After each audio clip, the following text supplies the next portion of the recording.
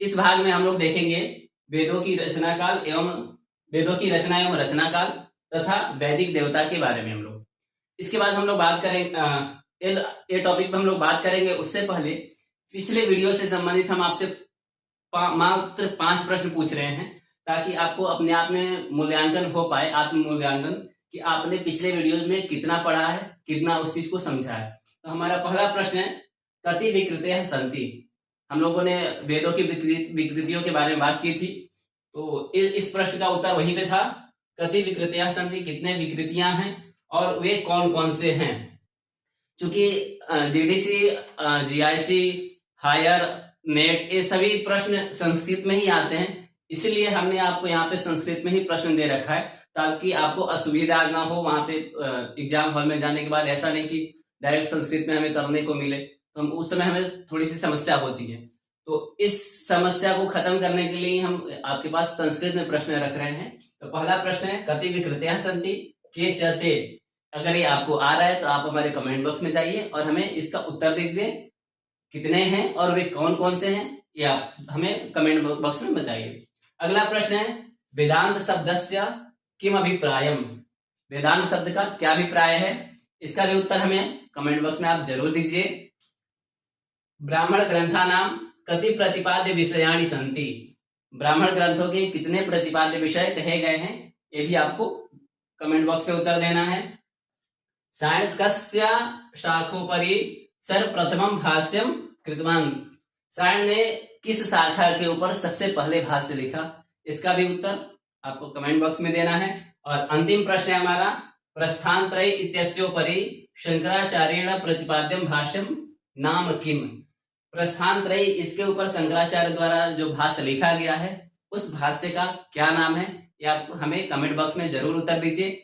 अब इसके बाद हम लोग चलते हैं अगले टॉपिक, वेदों की रचना एवं रचना काल के संदर्भ में। तो हम लोग बात कर रहे थे वेदों की रचना एवं काल के बारे में। तो वेदों की रचना कब की गई, इसको लेकर के पर्याप्त मतभेद मिलता है, क्योंकि हमारे वैदिक विद्वान हैं, उनका कहना है कि वेदों की जो रचना हुई वो ईश्वर के द्वारा किया गया है। और जो पाश्चात्य विद्वान हुए उनका ऐसा कुछ भी मानना नहीं है, उन्होंने ये माना है कि वेदों की रचना किसी विशेष विद्वानों ने किया है। तो अब हम लोग एक हमें तथ्य मिलता है, ऋषियों मंत्र द्रष्टारः, अर्थात ऋषि लोग जो थे जिन्होंने तत्त सूक्तों की रचना की, अर्थात उन्होंने लिपिबद्ध किया या उनका संकलन किया। जैसे अग्निसूक्त है, अग्निसूक्त के ऋषि कौन है, मधुछंदा। तो अब जो पाश्चात्य विद्वान है वह मधुछंदा को उनका रचनाकार मानते हैं कि मधुछंदा ने वह मंत्र लिखे, परंतु भारतीय विद्वानों का क्या है, ऋषियों मंत्र द्रष्टारः, अर्थात जो ऋषि लोग थे वह मंत्रों को लिखे नहीं, मंत्रों का दर्शन किया। उन्होंने अपने तपोबल से, अपने ज्ञान योग के द्वारा उन्होंने क्या किया, मंत्रों को देखा और उन मंत्रों को देखने के बाद उनको अपने शिष्यों को पढ़ाया, उनका संकलन करके। तो ऐसा है, वेदों की जो रचना के बारे में बात करें तो ये ईश्वरीय रचना कही जाती है।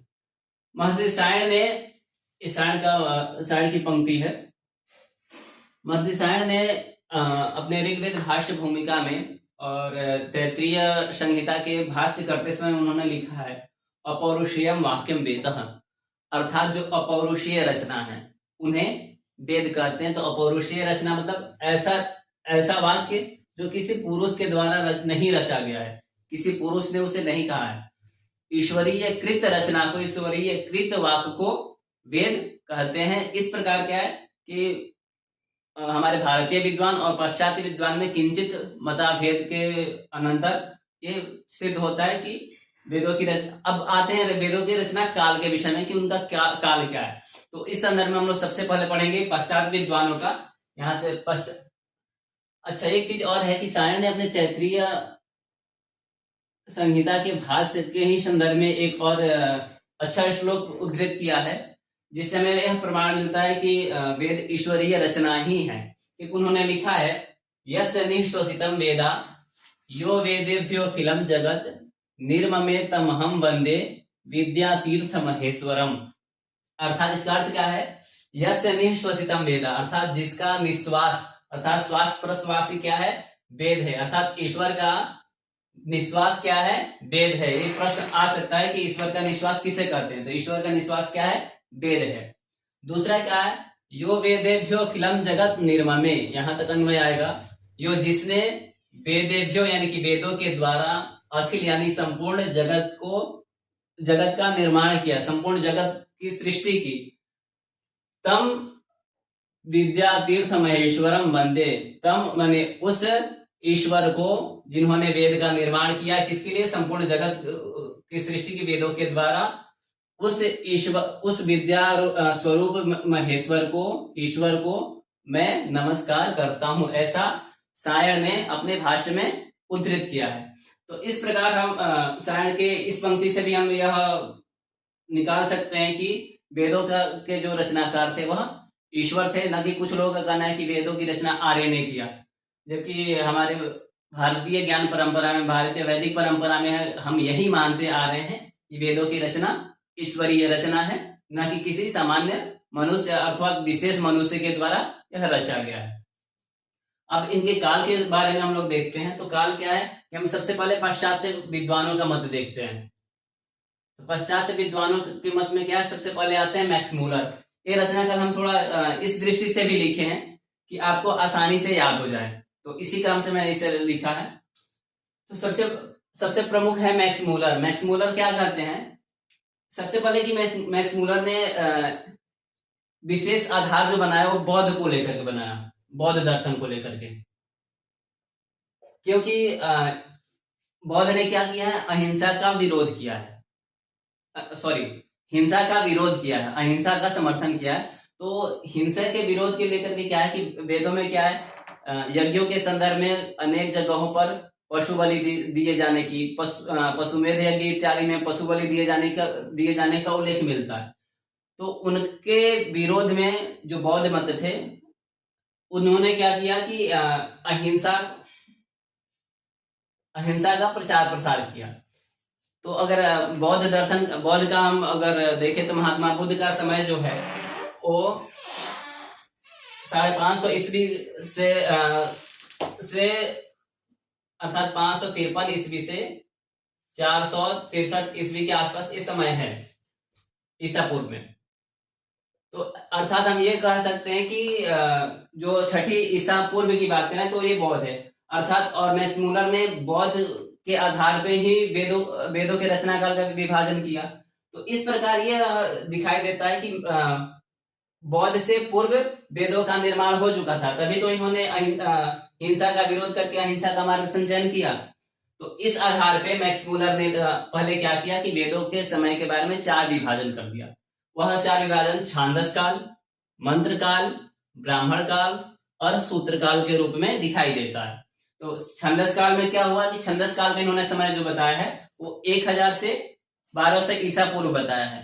तो 1000 से 1200 ईसा जो पूर्व की बात करें तो उस समय केवल मंत्र, जो मूल मंत्र थे, उन्हीं की रचना की गई। वही छंदस काल में इन्होंने बताया कि छंदस काल में क्या हुआ कि 1000 से 1200 ईसा पूर्व में केवल मंत्रों की रचना हुई।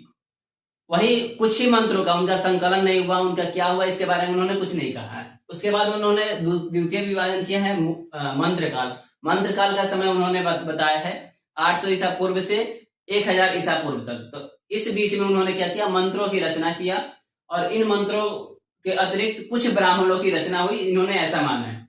तो उन मंत्रों में तो संहिताओं और इसके अतिरिक्त कुछ ब्राह्मण ग्रंथों की इसमें रचना उन्होंने 800 से 1000 बीसी के में इन्होंने स्वीकार किया है। तीसरा इन्होंने जो माना है ब्राह्मण काल में इन्होंने ब्राह्मण ग्रंथों की रचना, शतपथ ब्राह्मण, ऐतरेय ब्राह्मण, कौशिकी ब्राह्मण इत्यादि रचनाओं का इन्होंने समय माना है। इसके बाद इन्होंने सूत्रकाल में इन्होंने क्या माना है कि 400 से 600 ईसा पूर्व में सूत्रों की रचना हुई। सूत्रों की बात करें तो जैसे कल्प है, कल्प के 4 भेद हैं, श्रोत्र सूत्र, गृह सूत्र, धर्म सूत्र और शूल्ब सूत्र। तो इन्हीं सूत्रों के बारे में बात करते हुए कहते हैं कि इनकी रचना जो हुई वो 400 से 600 ईसा पूर्व में हुई। परंतु एक बोगासकोई शिलालेख हमें प्राप्त होता है 1906 ईस्वी में। 1906 ईस्वी में ह्यूगो विंकलर द्वारा एशिया माइनर में एक खुदाई हुई और उसके तहत हमें मिला वहां पे बोगासकोई शिलालेख। इस शिलालेख में वैदिक देवताओं के बारे में वर्णन मिलता है। वैदिक देवताओं के बारे में वर्णन मिलता है। जब इस शिलालेख का हमें पुरातात्विक सर्वेक्षण किया गया तो पूरा एक आप मैं आपको बात बता दूं, पुरातात्विक सर्वेक्षण जो होता है उसपे जो वास्तविक चीज होते हैं उनका वास्तविक काल निर्धारण उसके द्वारा किया जाता है, जिसको मापने की एक विधि है कार्बन डेटिंग सी। ये सामान्यतः जीके-जीएस के क्वेश्चन में आ जाता है कि पुरातत्व सर्वेक्षण को किस के काल को निर्धारण किस आधार पर किया जाता है, उस यंत्र का क्या नाम है, तो कार्बन डेटिंग सी।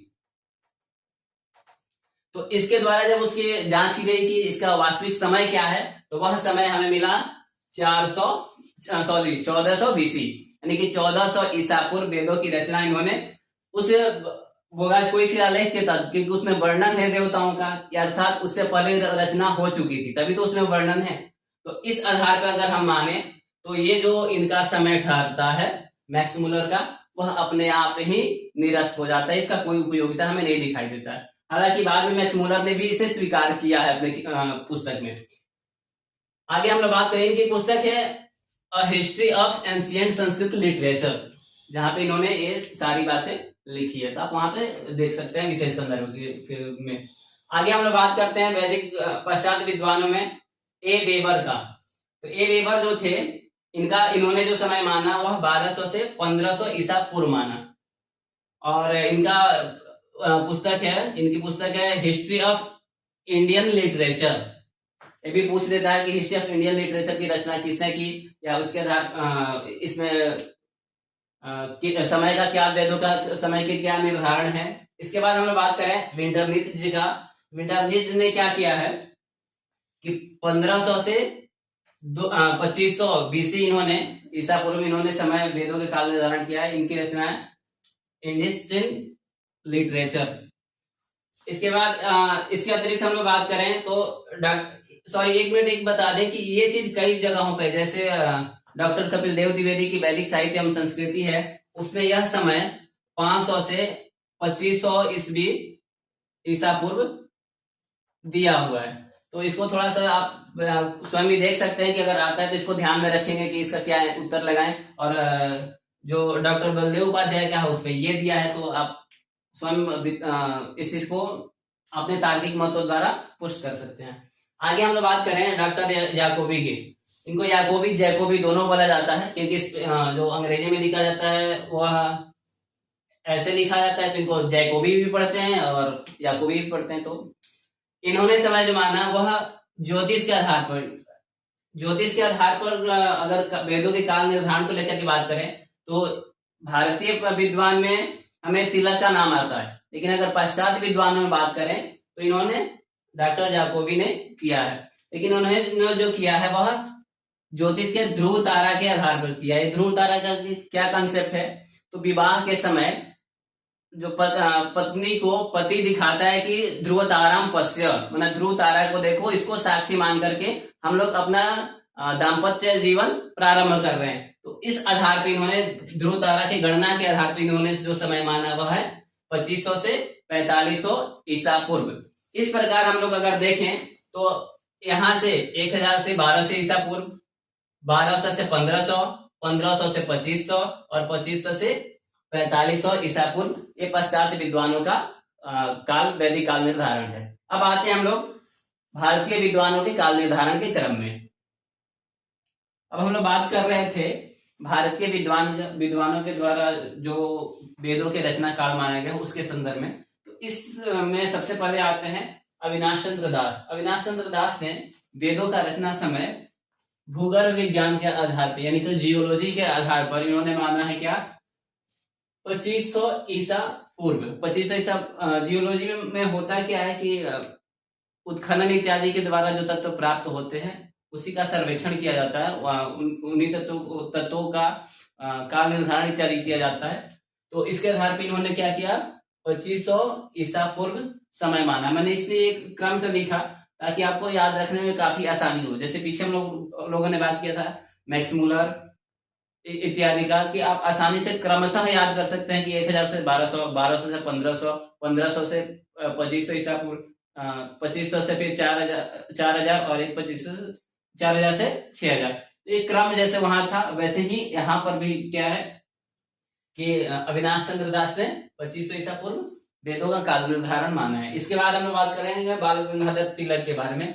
ये टॉपिक सबसे ज्यादा महत्वपूर्ण है, बाल गंगाधर तिलक, क्योंकि इनका प्रश्न इस पोर्शन से हमेशा प्रश्न पूछ लिया जाता है और अधिकांश परीक्षाओं में इससे प्रश्न आते हैं, निश्चित रूप से आते हैं। इसलिए यह जानना अति आवश्यक है कि बाल गंगाधर तिलक ने वेदों का समय क्या माना, ये पूछ देता है, जो कि 4000 से 600 ईसा पूर्व। कभी कभी इसको उलट करके भी देता है कि 6000 से 400 ईसा पूर्व, तो ये 4000 ईसा पूर्व। तो ये चीज आप इसको ध्यान दीजिएगा। और एक इससे प्रश्न आता है कि बाल गंगाधर तिलक ने जो वेदों की रचना काल निर्धारण किया वह किसके आधार पर किया है, तो ज्योतिष के आधार पर उन्होंने रचना काल का माना है।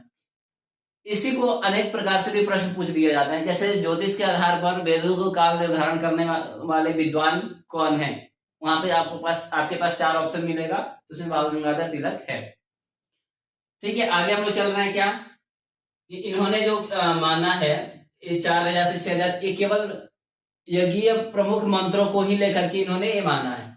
और इन्होंने ये जो समय है काल निर्धारण उसके संदर्भ में इन्होंने 4 क्रमशः उसका प्रक्रिया माना है कि इन प्रक्रियाओं के द्वारा संपूर्ण वेद का निर्माण हुआ। उन प्रक्रियाओं के तहत हम लोग देखेंगे कि क्या है। सबसे पहला इन्होंने जो माना अदिति काल का इन्होंने समय जो माना वही 4000 से 600 ईसा पूर्व, और इसी को तिलक का मूल समय काल समझा जाता है कि बाल गंगाधर तिलक ने जो वेदों के रचना काल का समय जो माना वह 4000 से 600 ईसा पूर्व, जो कि अदिति काल वाला ही है, जिसमें प्रारंभिक मंत्र लिखे गए। उसके बाद आते हैं मृगशिरा काल। मृगशिरा काल में क्या है, इसका समय है 2500 से 400 ईसा पूर्व, सॉरी 4000 ईसा पूर्व, 2500 से 4000 ईसा पूर्व इन्होंने माना है। इसमें ऋग्वेद के प्रायः सूक्त लिखे गए, सभी वेदों के नहीं, ऋग्वेद के अधिकांश सूक्त जो समानतः अगर माना जाए तो दूसरे मंडल से लेकर के 8वें मंडल तक ये जो है सर्वाधिक प्राचीन ऋग्वेद में भी है। पहले मंडल, 9वें मंडल और 10वें मंडल ये बाद में जोड़ा गया है, ये अधिकांश विद्वानों का मानना है। तो इसमें ऋग्वेद के जो प्रायः सूक्त हैं वह मृगशिरा काल में लिखा गया। इसके बाद आते हैं कृत्तिका काल। कृत्तिका काल में 400 से 2500 ईसा पूर्व, इसमें संपूर्ण संहिताओं का संकलन हुआ। संपूर्ण संहिताओं मतलब ऋग्वेद, यजुर्वेद, सामवेद, अथर्ववेद, सभी वेदों के संहिताओं के जो उपलब्ध संहिता थे उनका संकलन हुआ। इन्होंने एक तिलक जी का मानना है। और जो सूत्र काल है 500 से 1400 ईसा पूर्व, तो 500 से 1400 ईसा पूर्व में इन्होंने क्या किया, सूत्र ग्रंथों का रचना माना। सूत्र ग्रंथ अगर हम कहें तो जैसे कल्प है, कल्प के 4 वेद हैं, श्रौत सूत्र, गृह सूत्र, धर्म सूत्र और शुल्ब सूत्र। इसके बारे में हम लोग आगे वेदांग के प्रसंग में पढ़ेंगे।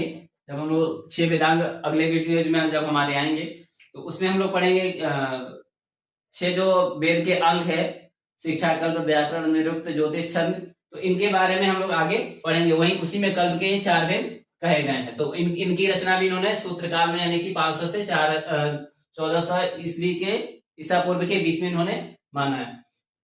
दूसरा दर्शन, अधिकांश दर्शनों की रचना जैसे ब्रह्मसूत्र इत्यादि की रचना, ब्रह्मसूत्र हो गया या फिर योग सूत्र हो गया, तो इन सब सांख्य सूत्र हो गया, इन सब की रचना भी ये इन्हीं के काल में मानते हैं। वेदांग की रचना, व्याकरण, छंद, निरुक्त, ज्योतिष इत्यादि की भी रचना इन्होंने इसी समय माना है कि 500 से 1400 ईसा पूर्व इन सभी ग्रंथों की रचना हुई है। तो ये बाल गंगाधर तिलक का जो मत है वो बहुत ही ज्यादा महत्वपूर्ण है, तो ये हमें जरूर ही याद रखना है। इसके बाद हम लोग बात करें सायण के बारे में। तो सायण ने क्या किया है, सृष्टि के आरंभ में ही वेदों का वो माना है कि सृष्टि के आरंभ से ही वेद है। इन्होंने अपना मंगलाचरण में भी कहा है, जैसा कि हमने प्रारंभ में बताया था।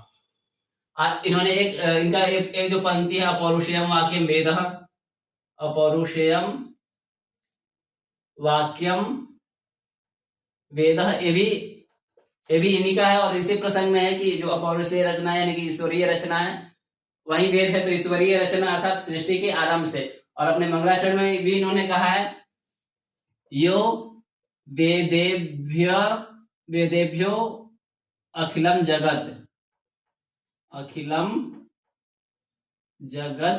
निर्ममे, जिन्होंने क्या किया, वेद के द्वारा संपूर्ण जगत का निर्माण किया।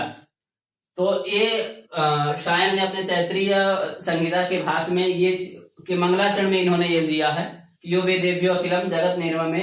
तो इसका भी अभिप्राय यही है कि वेद जो वेद है उसी के द्वारा जगत का निर्माण हुआ, अर्थात सृष्टि के आरंभ से ही वेद की सत्ता थी। दूसरा, इसके अतिरिक्त हम बात करेंगे महर्षि दयानंद सरस्वती का। तो इन्होंने भी क्या है, सृष्टि के आरंभ में ही वेद की सत्ता माना कि सृष्टि के आरंभ से ही वेद की सत्ता की गई है। इसके बाद हम लोग बात करेंगे अगले टॉपिक वैदिक देवताओं के बारे में, उसे देखते हैं। अब हम लोग बात कर रहे हैं वैदिक देवता के बारे में कि वैदिक देवता कितने होते हैं, क्या है वैदिक। तो इसमें सबसे पहले हम लोग देख लेते हैं देवता शब्द। जो देवता शब्द है वो देव शब्द से तल प्रत्यय होता है। तस्य भावस्त्वतलौ सूत्र है तस्य भावस्त्वतलौ, यानी कि भाव अर्थ में उसका भाव, इस अर्थ में त्व और तल प्रत्यय होता है। जब त्व प्रत्यय आता है होता है तो देवत्व शब्द बनेगा, देवत्व, और तल प्रत्यय होगा तो देवता। हाँ, एक चीज मैं आपको बता दूं, देवता जो शब्द है वो नित्य स्त्रीलिंग है, नित्य स्त्रीलिंग है, ये ध्यान रखिएगा। क्योंकि जब हम दुर्गा सप्तशती इत्यादि का पाठ भी करते हैं तो उसमें क्या आपको मिलेगा, दुर्गा देवता। आज हम लोग सामान्य भाषा में यह कह देते हैं कि सूर्य देवता, लेकिन देवता शब्द क्या है, मूलतः स्त्रीलिंग वाचक शब्द है। तो दुर्गा देवता ये सही है, सूर्य देव ये सही है, ज्यादा बेहतर है। तो ये जो देवता शब्द है नित्य स्त्रीलिंग वाची, अर्थात ये भी जान लीजिए कि जहां पर भी तल प्रत्यय होता है वह स्त्रीलिंग वाचक शब्द हो जाता है। और तल प्रत्यय में आपका बचता है क्या, ता। और जैसे शब्द बनने वाले होते हैं बहुत सारे, जैसे भाव है, तो तल प्रत्यय वाले शब्द बहुत सारे, अधिक शब्द से अधिकता, न्यून शब्द से न्यूनता, तो ये तल प्रत्यय इत्यादि शब्द ऐसे ही अंत में ताता जोड़ते हुए चला जाता है। तो ये जो देवता शब्द है अर्थात इस नित्य स्त्रीलिंग वाचक है, ये ध्यान रखिएगा। ये प्रश्न पूछ दिया जाता है कि देवता शब्द का लिंग क्या है, तो देवता शब्द का लिंग स्त्रीलिंग है, पुल्लिंग नहीं लगा दीजिएगा। अब हम लोग आगे बात करते हैं कि देवता किसे कहते हैं। तो निरुक्तकार यास्क ने इसका निर्वचन दिया है अपने निरुक्त में, देवो दानाद वा दीपदानाद वा द्योतनाद वा द्योस्थानो भवतीति वा, अर्थात देवता उसे कहते हैं जो दानाद वा, यानी कि जो दूसरों को कुछ देता है, यानी कि जो भी उसके पास याचक करता जाते हैं उसको जब वो कुछ देने वाला होता है या अपने याचकों को जो देने वाला होता है उसे देवता कहते हैं। दूसरा क्या है, दीपदानात्वा, जो स्वयं को प्रकाशमान करता है, स्वयं से ही प्रकाशित होता है, उसे देवता कहते हैं। दूसरा द्योतनादवा, अर्थात दूसरों को भी प्रकाशित करता है, उसे देवता कहते हैं। और जो द्युस्थानो भवती तिवा, यानी कि जो द्यु स्थान में रहने वाला है उसे देवता कहते हैं। अर्थात ये इसका तात्पर्य हो जाता है कि जो दूसरों को देता है, स्वयं में प्रकाशित होता है और दूसरों को भी प्रकाशित करता है, तथा द्यु स्थान में रहने वाला जो है उसे देवता कहते हैं। ये निरुक्तकार का निर्वचन है। अब ये देवता कितने हैं, तो इसको लेकर के अनेक भ्रांतियां हैं। 33 कोटि देवता हैं, 33 है, कितने हैं, प्रमुख 3 ही देवता हैं, इस प्रकार के। तो अब एक हम लोग ऋग्वेद में एक पंक्ति मिलती है, एकम सद्विप्रा बहुधा वदन्ति। ये ऋग्वेद में है, एकम सद्विप्रा बहुलम वदन्ति, यानी कि एकम देवता कितने हैं, जो देव हैं वह एकमात्र ही हैं। और उसमें सद्विप्रा बहुलम वदन्ति, जो सद्विप्र हैं यानी कि जो विद्वान लोग हैं उनके अनेक अनेक स्वरूपों को लेकर के उनको अनेक प्रकार से बताते हैं। तो मूल जो देवताओं की संख्या है वह ऋग्वेद में एक बताई गई है कि मूल रूप से देवता एक ही है, और इसको अनेक विद्वानों ने इसको अनेक प्रकार से कहा है, जबकि ऋग्वेद में ही एक और आख्यान है जिसमें 33 देवताओं को माना गया है प्रमुख। तो उसको लेकर के भी हम आगे बात करेंगे। ठीक है, तो ये अगर बात करें कि मूल देवताओं की संख्या कितनी है, तो मूल देवताओं की संख्या ऋग्वेद के अनुसार एक है। वो कौन है? तो वह ब्रह्म है, और ब्रह्म को ही मूल देवता माना जाता है। अब इसके बाद हम लोग बात करें, जो अभी हम बात कर रहे थे कि ऋग्वेद में ही 33 देवता बताए गए, तो ये ऋग्वेद के 33 देवता है। वो 33 देवता कौन कौन से हैं? तो वो स्थान भेद से हैं कि इस पृथ्वी स्थान पर रहने वाले प्रमुख 11 देवता हैं, अंतरिक्ष स्थान में रहने वाले 11 देवता हैं, और द्वीय स्थान में रहने वाले 11 देवता है। तो 11 11 11 तीनों लोकों में 11 11 रहने के कारण इनकी संख्या 33 हो जाती है। इसी को पुराणों में क्या है? 33 कोटि देवता कहा गया है। अब 33 कोटि का मतलब यहाँ कोटि शब्द का मूल संख्यावाचक करेंगे तो करोड़ हो जाएगा। तो क्या सच में 33 करोड़ देवता हैं? तो नहीं, 33 करोड़ देवता नहीं है, क्योंकि यहाँ पे कोटि शब्द जो है वह करोड़ के वाचक, संख्यावाचक न होकर के क्या है? प्रकार के वाचक है। 33 प्रकार के देवता है, न कि 33 करोड़ देवता है। तो वह 33 प्रकार के जो देवता कौन कौन से हैं? तो वही 11 पृथ्वी स्थानीय, 11 अंतरिक्ष स्थानीय और 11 द्वीय स्थानीय। शतपथ ब्राह्मण और ऐतरेय ब्राह्मण में भी 33 देवताओं की संख्या मानी गई है, लेकिन इसमें थोड़ी सी भिन्नता है। थोड़ी सी भिन्नता यह है कि इसमें 11 रुद्र, 12 आदित्य, 8 वसु, 1 प्रजापति और 1 इंद्र, ये कुल 33 देवता माने गए हैं। इंद्र और प्रजापति के स्थान पे द्यू मुख्य रूप से माने गए हैं, और क्वचित आपको अन्य देवता का भी नाम यहाँ पे उल्लेख मिल जाता है। तो कुल 33 देवता जो शतपथ ब्राह्मण के अनुसार है वह 11 रुद्र, 12 आदित्य, 8 वसु, 1 प्रजापति और 1 इंद्र, एक प्रमुख 33 देवता है। अब निरुक्तकार ने भी जो देवताओं का उल्लेख किया है वह अनेक प्रकार से किया। उन्होंने स्थान भेद से किया है। निरुक्तकार ने स्थान भेद की अगर बात करें कि स्थान यानी कि ये जो देवता है वो किस किस स्थान पर रहते हैं उनको लेकर के, तो इन्होंने 3 स्थान माना, पृथ्वी स्थान, अंतरिक्ष स्थान और द्वीय स्थान। इन तीनों स्थानों पे देवता रहते हैं, इसलिए 3 स्थान में से अलग अलग इन्होंने कर दिया। लेकिन अगर इनकी प्रमुखता की भी बात किया जाए तो इन्होंने 3 ही कहा है कि अग्नि पृथ्वी स्थानीय इन्होंने कहा है, अग्नि पृथ्वी स्थानीय। दूसरा इन्होंने कहा है वायुर रिंद्रो वा अंतरिक्ष स्थानीय, अंतरिक्ष स्थानीय। वायु अथवा इंद्र ये कहा है अंतरिक्ष स्थानीय है। और तीसरा क्या है? सूर्यो द्वीय स्थानीय, सूर्यो द्वीय स्थानीय, यानी कि जो सूर्य है वो कहाँ है, कहाँ निवास करते हैं? तो द्वीय स्थान में। तो इन्होंने 3 प्रमुख देवता माने हैं, और इनका आधार क्या है? क्योंकि ये हमारे प्रत्यक्ष रहते हैं। आप अगर महसूस कर पाए या देख पाए तो हमेशा ये आपके प्रत्यक्ष में रहने वाले देवता है। जैसे क्या है? अग्नि आपके हमेशा प्रत्यक्ष में रहते हैं, आप देख सकते हैं अग्नि को, तो इसलिए इन्होंने देवता के रूप में प्रमुख देवताओं में स्वीकारता की है। दूसरा इन्होंने वायु अथवा इंद्र, वायु की बात करें तो हम श्वास प्रश्वास इत्यादि का संचार इसी के द्वारा होता है, तो इनकी प्रमुखता मान सकते हैं। इंद्र जैसे क्या है कि वर्षा, आदिकाल में जल का प्रमुख अगर स्रोत माना जाए तो वर्षा था, और वर्षा के ही देवता क्या है? इंद्र, मेघ के देवता इंद्र कहे जाते हैं। तो इंद्र भी क्या हुए? हमारे प्रत्यक्ष देवता में हुए। और इसके अतिरिक्त हम लोग बात करें क्या? सूर्य, तो सूर्य को भी हम देख सकते हैं, वो भी हमारे प्रत्यक्ष देवता है। तो इनके आधार पर इन्होंने 3 प्रमुख देवताओं की स्वीकार्यता दी है।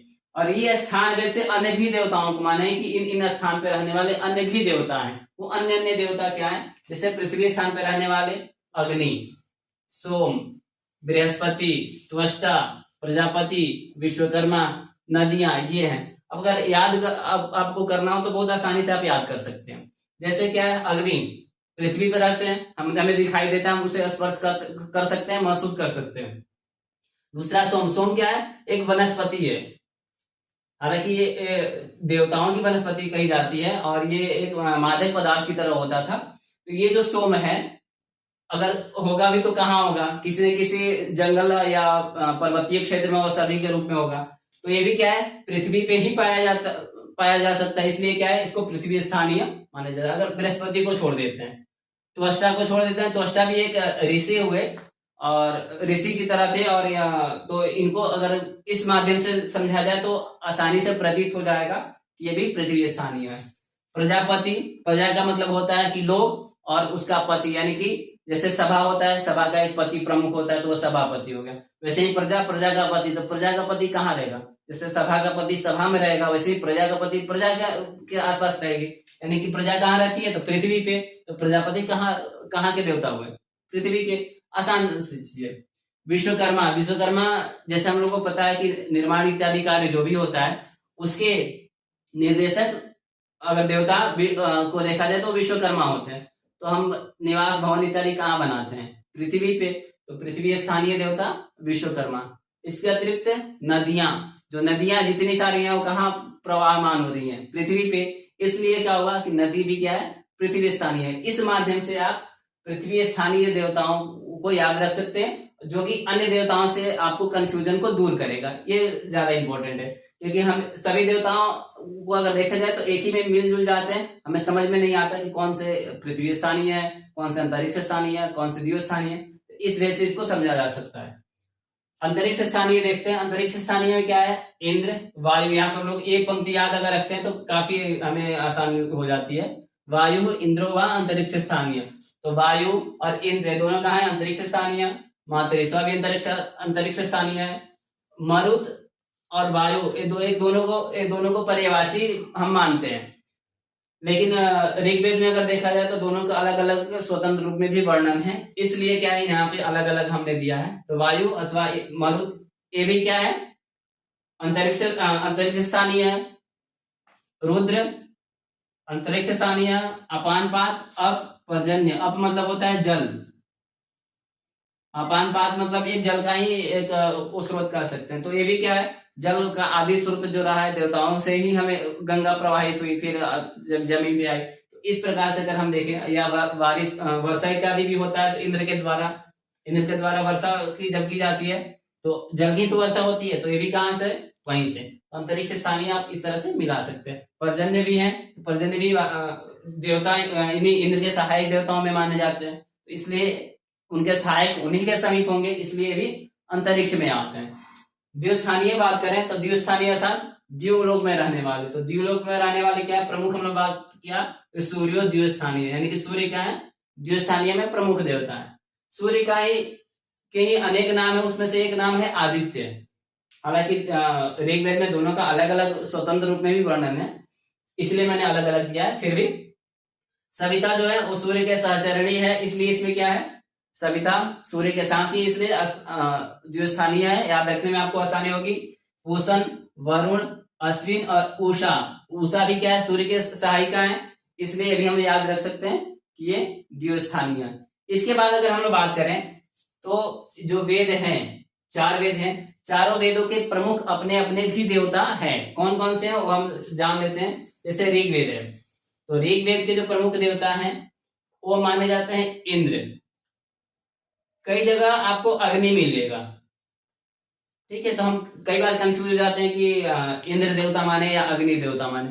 तो मैं आपको बता दूं कि ऋग्वेद में सर्वाधिक जो सूक्त है 250 स्वतंत्र रूप में और अनेक देवताओं के साथ अलग। तो सबसे अधिक सूक्तों की संख्या इंद्र की है, उसके बाद से अग्नि की 200 सूक्त हैं। तो सबसे अधिक किसका हुआ, इंद्र।